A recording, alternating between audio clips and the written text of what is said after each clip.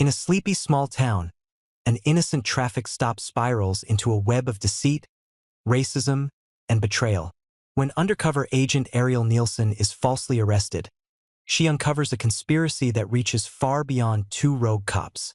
Can she bring them to justice before it's too late? The sun dipped low on the horizon, casting long shadows across the narrow roads of Maplewood.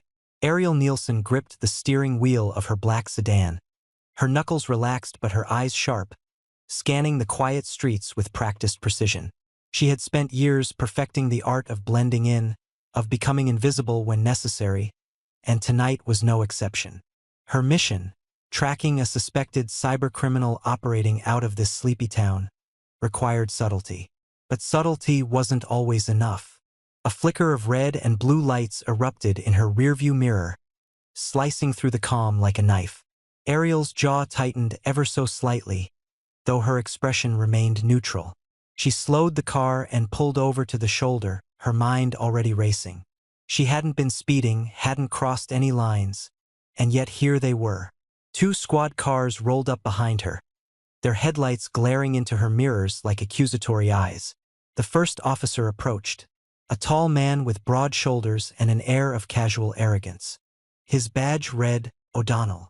Beside him, another officer lingered near the second car, his stance more guarded but equally suspicious.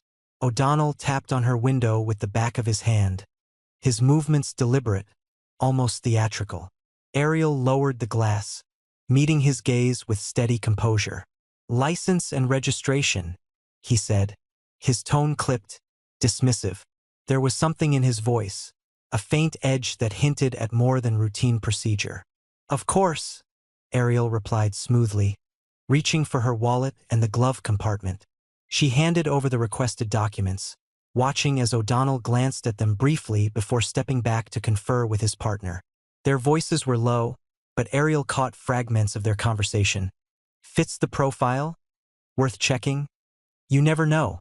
Her pulse quickened, not from fear but from recognition. This wasn't random. Couldn't be.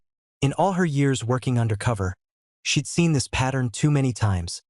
Black drivers stopped without cause, subjected to invasive searches under flimsy pretenses. And now, it seemed, she was living it herself. O'Donnell returned, his demeanor shifting subtly. Gone was the veneer of professionalism. Instead, there was a predatory gleam in his eye. "Step out of the vehicle, ma'am," he instructed, his voice firmer now, carrying an unspoken threat. Ariel complied, her movements deliberate, unhurried.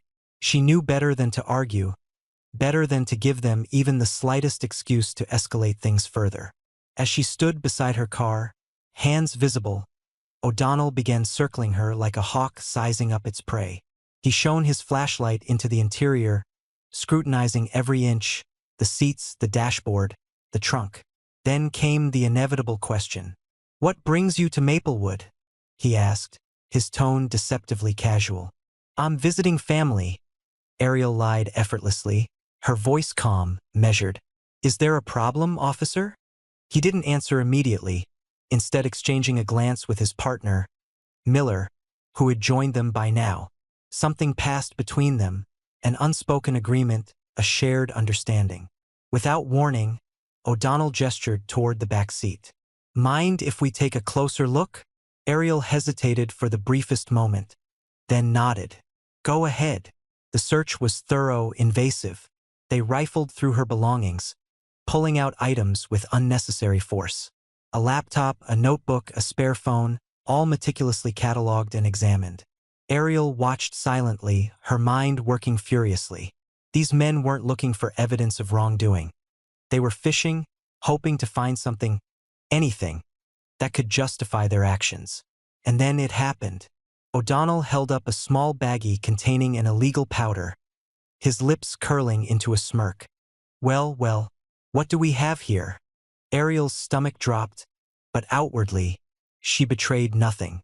She knew the baggie hadn't been hers. It was planted, a tactic as old as time itself. Still, she played along, feigning shock. "That's not mine," she said firmly, locking eyes with O'Donnell. "You're making a mistake." But O'Donnell wasn't listening. He snapped handcuffs onto her wrists with practiced efficiency, reciting her rights in a monotone voice that suggested he'd done this countless times before. Miller lingered nearby, his expression unreadable, though Ariel noticed the faintest flicker of unease in his eyes. As they led her to the squad car, Ariel allowed herself a single, fleeting moment of anger, not at the situation but at the system that enabled it. She reminded herself why she was here, why she endured moments like this.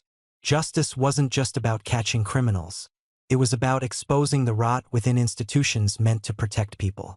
And tonight, whether she liked it or not, she had become part of that exposure. At the station, Ariel was processed mechanically, her fingerprints scanned and her photo taken. She noted every detail, the layout of the building, the names of the officers milling about, the subtle dynamics between them. Even in chains, she remained observant, calculating. This wasn't the end of her mission, it was merely a detour. In a holding cell, alone except for the hum of fluorescent lights overhead, Ariel sat cross-legged on the cold bench, her thoughts turning inward. She thought about the faces she'd seen tonight, the smug confidence of O'Donnell, the quiet hesitation of Miller, and somewhere in the background, a younger officer whose name she hadn't caught. There was something about him, something different. She filed it away, a potential thread to pull later. For now, she waited. Not patiently, but purposefully. Because Ariel Nielsen didn't believe in coincidences, and she certainly didn't believe in giving up. Whatever game these men were playing, she intended to win. The hours passed slowly in the holding cell, each tick of the clock echoing like a heartbeat in the sterile silence. Ariel sat motionless, her posture relaxed but her mind anything but. She had spent years training herself to see patterns where others saw chaos. And now, confined within these cold walls, she began to piece together fragments of information that might otherwise have gone unnoticed. Her first observation came from the voices drifting through the thin walls, snippets of conversation between officers, casual banter laced with undertones of arrogance. One name surfaced repeatedly: Derek O'Donnell. His tone carried authority, but also something else, a subtle cruelty that seemed almost performative, as if he thrived on wielding power over those he deemed inferior. Then there was Luke Miller, quieter, more reserved, yet complicit in his partner's actions. Their dynamic intrigued Ariel. O'Donnell led, Miller followed. But how far would Miller go before questioning the path they were on? As dawn broke, the station stirred to life. Officers moved in and out of the bullpen, some glancing briefly at the cells, others ignoring them entirely.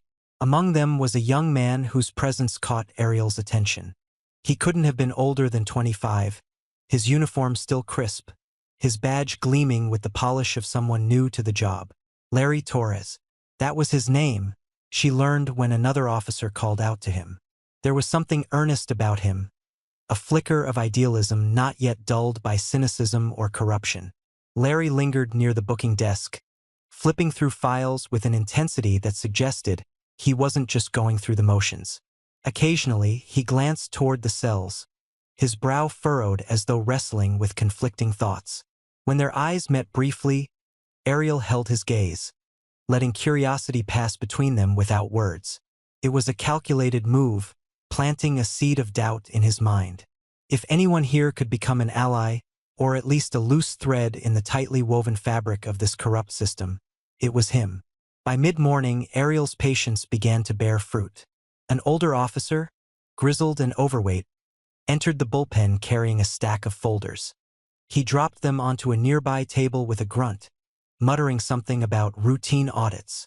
Larry immediately gravitated toward the pile, sifting through the documents with meticulous care. Ariel strained to listen, catching phrases like traffic stops, probable cause, and minority demographics. Her pulse quickened. These weren't random reports, they were evidence of a pattern, one that stretched back months, perhaps even years. From her vantage point, Ariel watched as Larry's expression shifted from curiosity to unease. He paused on a particular file, his fingers tracing over lines of text. Whatever he'd found troubled him deeply. For a moment, he glanced around the room, ensuring no one was watching, then slipped the document into his jacket pocket. Ariel filed the action away, recognizing it for what it was, the first crack in the armor of complicity. Later that afternoon, Larry made his way to the holding area, clipboard in hand. He approached Ariel's cell with hesitation, his movements tentative, as though unsure whether he should speak at all. Ariel seized the opportunity, leaning forward slightly to meet him halfway.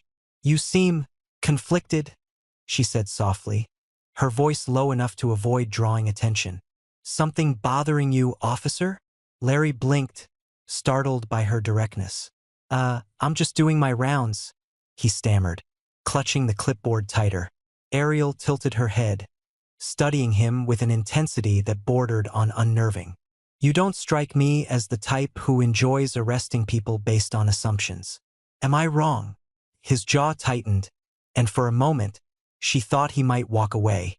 Instead, he leaned closer, lowering his voice. "Look, I don't know who you are or why you're here, but I can tell you're smarter than you let on. Just be careful, okay? Some people don't take kindly to questions."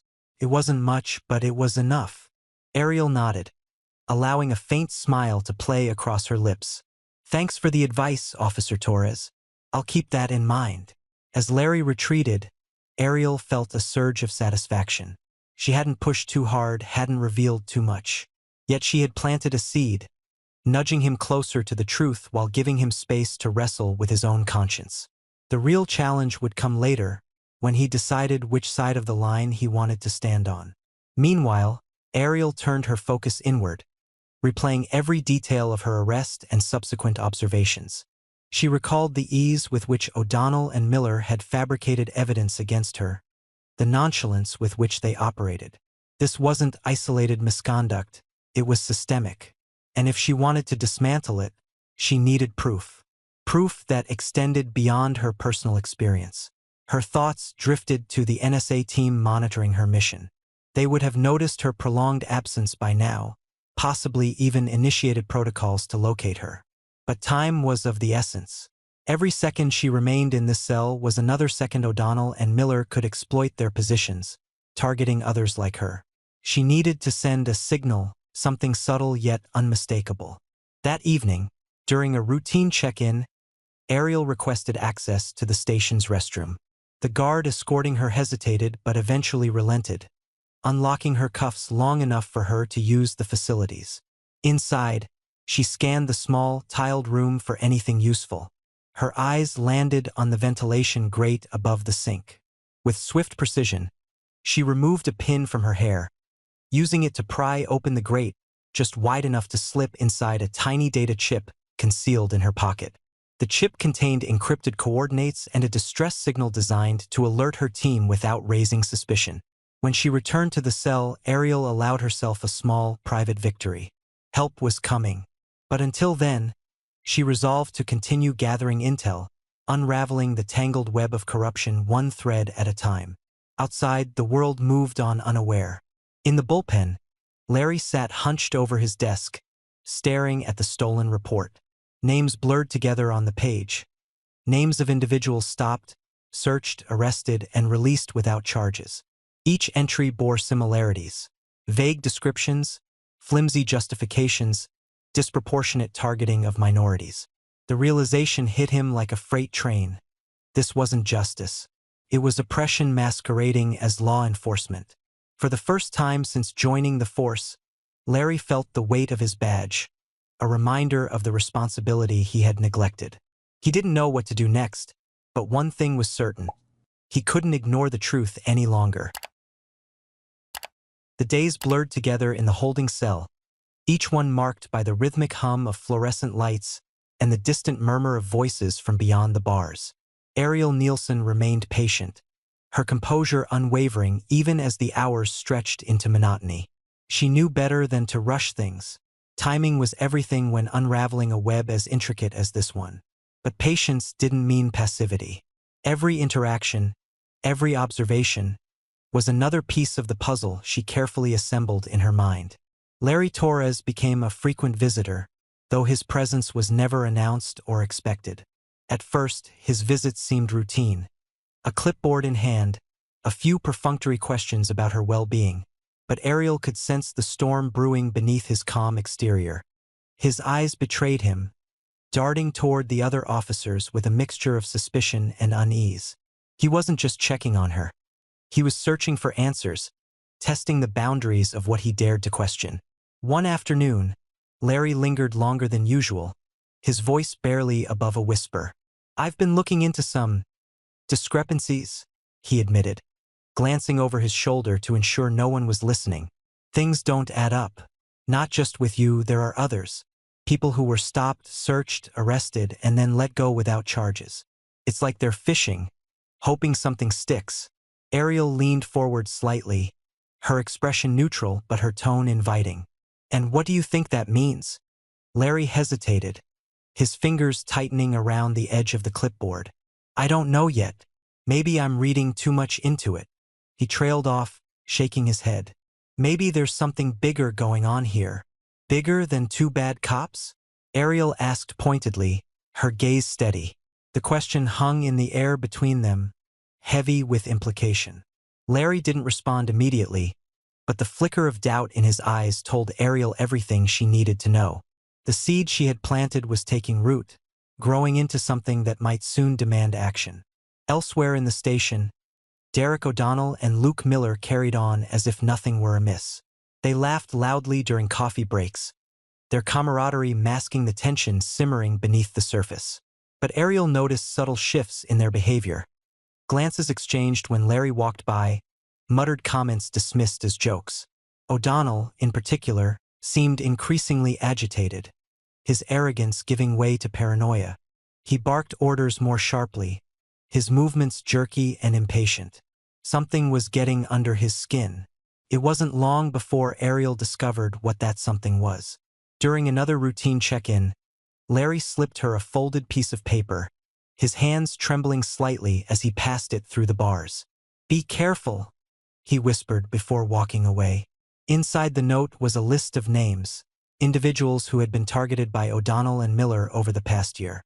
Beside each name were details, dates, locations, fabricated charges, and outcomes. Some cases ended in arrests, others fizzled out without explanation. What united them all was the pattern, systematic targeting of minorities, often under dubious pretenses. Ariel studied the list intently, committing every detail to memory. This was the evidence she needed, not just to expose O'Donnell and Miller, but to shine a light on the rot infecting the entire department.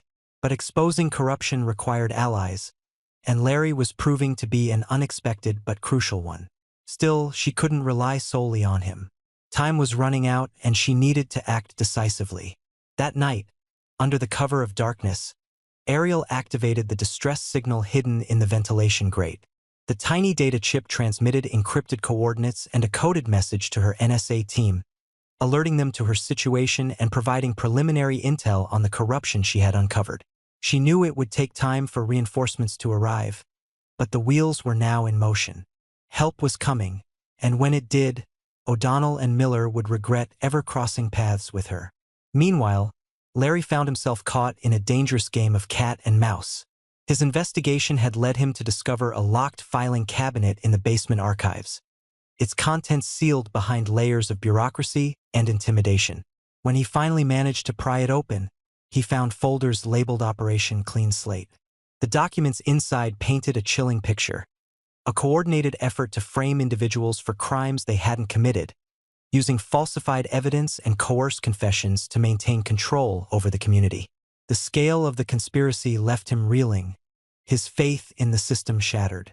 But Larry wasn't alone in noticing his growing curiosity.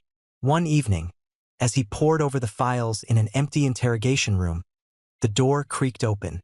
O'Donnell stood in the doorway, his silhouette framed by the dim hallway light. His expression was unreadable, but the tension in his posture spoke volumes. "What are you doing down here, rookie?" O'Donnell asked, his tone deceptively casual. Larry froze, his heart pounding in his chest. He quickly closed the folder and stood, forcing a smile. "Just reviewing some old cases, trying to learn the ropes." O'Donnell stepped closer, his gaze narrowing. "You've been asking a lot of questions lately, about people who don't matter anymore." His voice dropped, cold and menacing. Curiosity can get you into trouble, kid. Best to focus on your own business. The warning was clear, but Larry refused to back down. If there's nothing to hide, then why does it feel like everyone's so afraid to talk? For a moment, O'Donnell said nothing, his silence more threatening than any words could be. Then, with a dismissive wave, he turned and left, leaving Larry alone with the weight of his discovery. The encounter only strengthened his resolve. Whatever fear he felt was outweighed by the knowledge that staying silent meant complicity. Back in the holding cell, Ariel continued to observe, to wait. She saw the cracks forming, not just in the foundation of the corrupt system but within the individuals tasked with upholding it. Larry's transformation was palpable, his idealism tempered by outrage and determination. Even Miller, usually content to follow O'Donnell's lead, seemed uneasy, his loyalty wavering under the strain of guilt and uncertainty.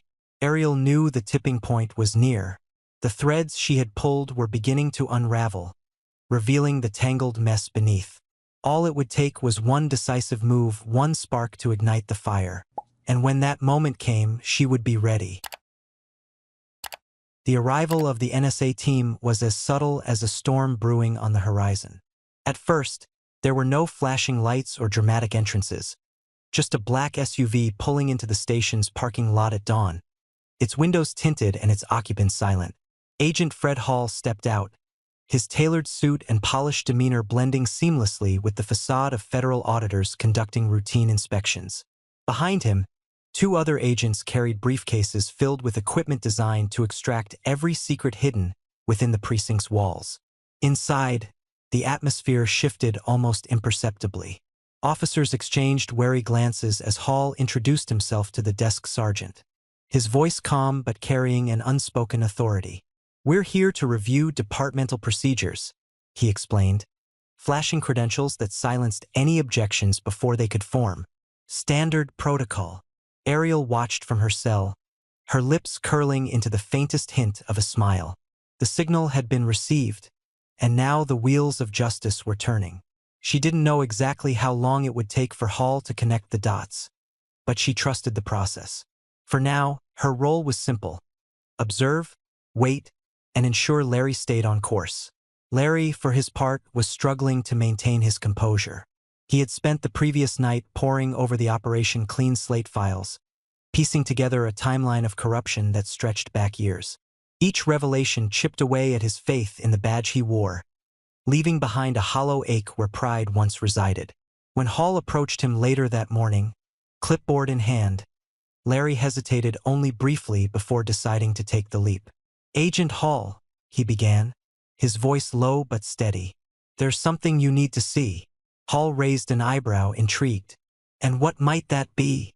Larry led him to the basement archives, unlocking the filing cabinet with trembling hands.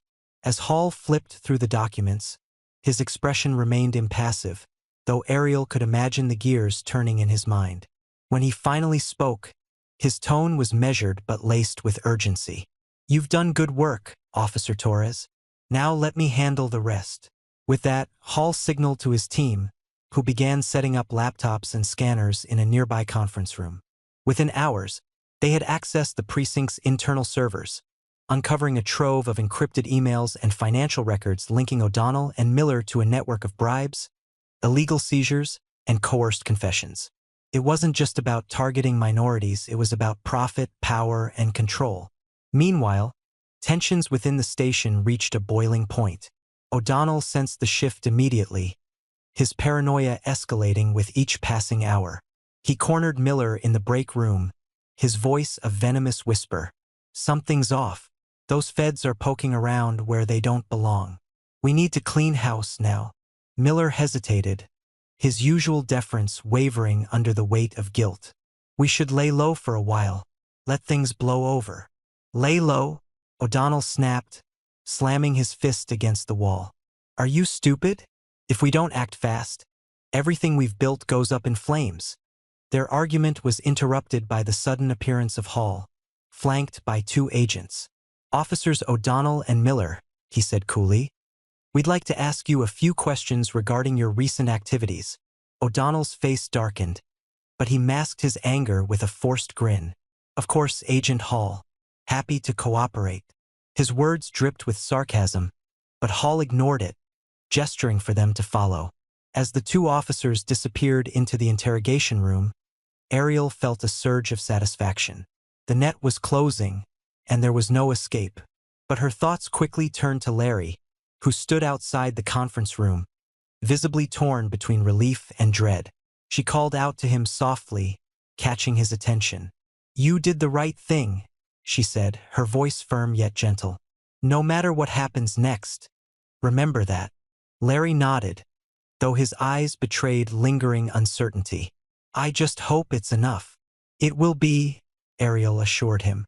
"Justice has a way of finding its path, even when the road is crooked." Back in the interrogation room, the confrontation unfolded with surgical precision. Hall laid out the evidence piece by piece, dismantling O'Donnell's defenses with clinical efficiency. Emails detailing payouts from local criminals. Surveillance footage showing planted evidence. Testimonies from victims brave enough to come forward. Each revelation struck like a hammer blow, leaving O'Donnell sputtering denials that grew increasingly desperate. Miller, however, crumbled under the weight of the truth. His loyalty shattered as Hall pressed him with promises of leniency in exchange for cooperation. "You're not the mastermind here," Hall said, his tone almost sympathetic.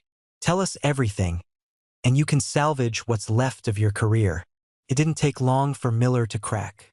He confessed to participating in the scheme, implicating not only O'Donnell but also several higher-ranking officials within the department.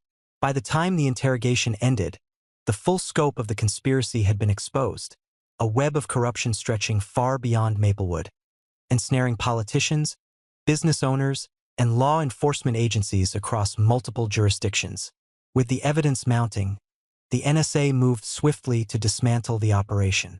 Arrest warrants were issued, and within hours, O'Donnell and Miller found themselves in handcuffs, their smug facades replaced by expressions of shock and fury.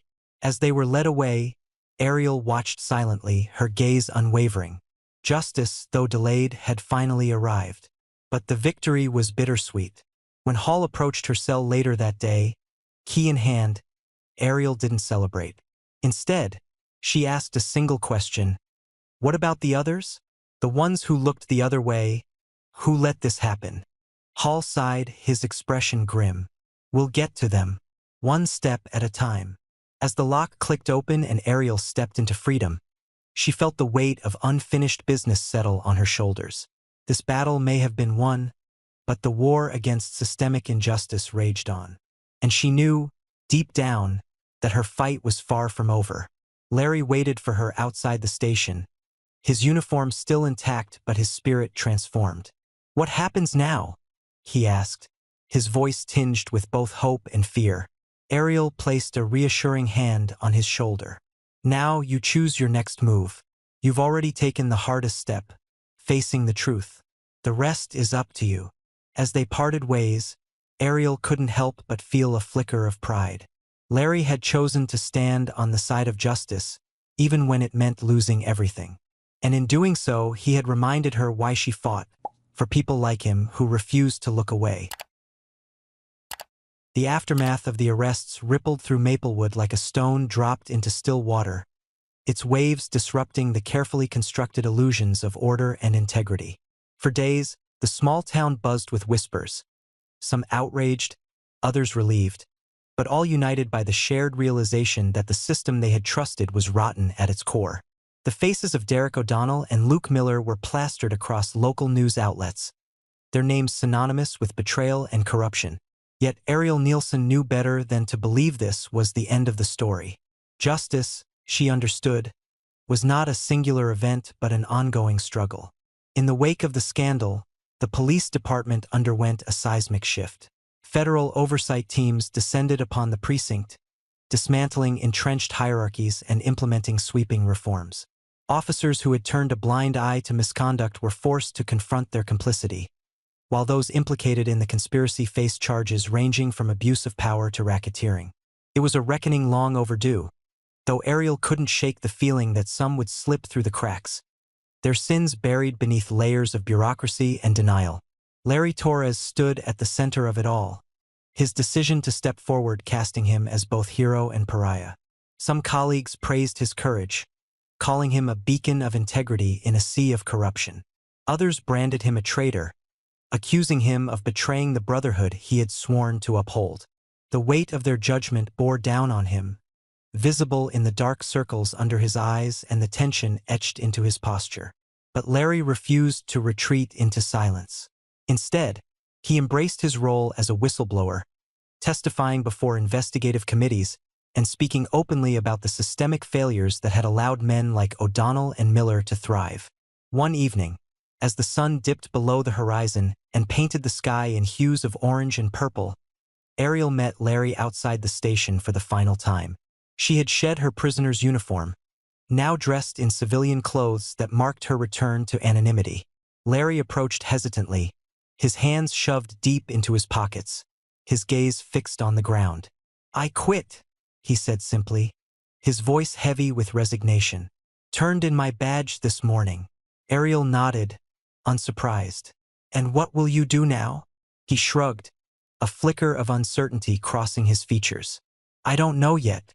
Maybe advocacy work, teaching, something that doesn't involve looking the other way anymore." She studied him for a moment, seeing not just the rookie cop who had once believed in the sanctity of the badge but the man he had become, a person willing to sacrifice comfort for conviction. "You'll figure it out," she said finally, her tone warm yet firm. "Just remember why you started this journey. That clarity will guide you." Larry managed a faint smile, gratitude flickering in his eyes. "Thanks for everything." They parted ways without fanfare, two individuals bound together briefly by circumstance and purpose. As Ariel walked away, she felt a pang of admiration for Larry, not because he had chosen the easy path, but because he had chosen the right one, even when it cost him everything. Back in Washington, D.C., Ariel reported to Fred Hall, debriefing him on the events in Maplewood. The NSA headquarters buzzed with activity, analysts poring over data and strategists mapping out future operations. Hall listened intently as Ariel recounted her experiences, occasionally nodding or jotting notes. When she finished, he leaned back in his chair, steepling his fingers thoughtfully. "You did good work out there," he said, his voice tinged with approval. "But we both know this isn't over. Corruption like this doesn't exist in isolation. It spreads." Ariel nodded, her expression grim. "O'Donnell and Miller were symptoms of a larger disease. If we stop here, it'll only fester somewhere else." Hall didn't argue. Instead, he slid a file across the desk toward her. Inside were dossiers on other departments flagged for suspicious activity, patterns eerily similar to those in Maplewood. "Your next assignment," he explained. "Same mission, different battlefield." Ariel opened the file, scanning the contents with practiced efficiency. Each name, each location, represented another opportunity to expose the truth, to dismantle systems built on exploitation and fear. She closed the folder and looked up at Hall, her resolve unwavering. "When do I start?" "Tomorrow," he replied, "but take tonight to rest. You've earned it." That night, Ariel sat alone in her apartment, the city lights casting shadows across the walls. She poured herself a glass of wine and stared out the window, her thoughts drifting to Larry and the choices he had made. His decision to leave the force reminded her of something fundamental. Justice wasn't just about taking down bad actors. It was about creating space for people to rebuild, to reimagine what fairness and accountability could look like. Her phone buzzed on the counter, pulling her from her reverie. It was a message from an unknown number. "Thank you." No signature, no explanation. But Ariel didn't need one. She knew who it was from. Setting the phone aside, she picked up the file Hall had given her and began reviewing its contents. There would be no celebration tonight, no pause to savor victory. Tomorrow awaited, and with it another fight. But Ariel welcomed the challenge, knowing that every battle won brought her closer to a world where justice wasn't an exception but the rule. As the hours slipped away and the city settled into restless sleep, Ariel allowed herself a rare moment of reflection. She thought about the lives touched by her actions, the victims given a voice, the whistleblowers emboldened to speak, the communities demanding change. And though the road ahead remained fraught with obstacles, she found solace in the knowledge that she wasn't alone. People like Larry existed everywhere, waiting for the chance to stand up, to push back against the tide. With renewed determination, Ariel closed the file and switched off the light. The shadows outside deepened, but inside, her resolve burned brighter than ever. Justice was a journey, not a destination, and she intended to walk every step of the way. Sometimes it's good to challenge yourself to question who you trust and why.